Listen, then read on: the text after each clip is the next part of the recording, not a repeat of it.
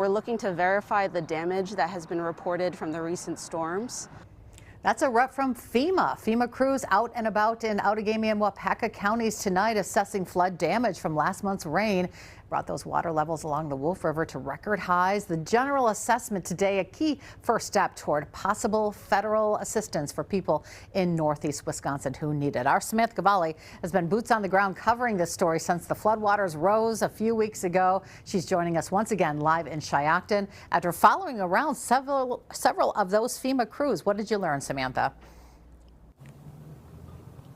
Yeah, right, Cami. So we're along the Wolf River here, like you mentioned, and actually, if you can kind of just see behind me here, that is a fishing dock that was completely underwater and submerged the last time that we were here. But what we've learned from these crews is that they've been going door to door all morning and afternoon, talking with locals about the damage and items that they lost.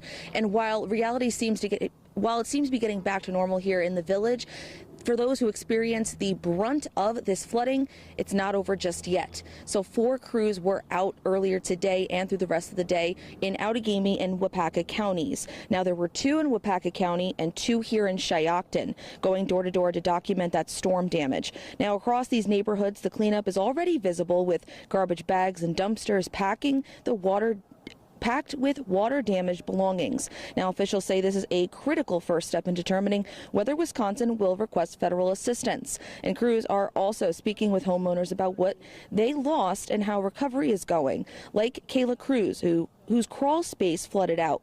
She says things could have been worse, but now the real battle begins due to her insurance coverage, and hopes to get help from FEMA to take care of the damage.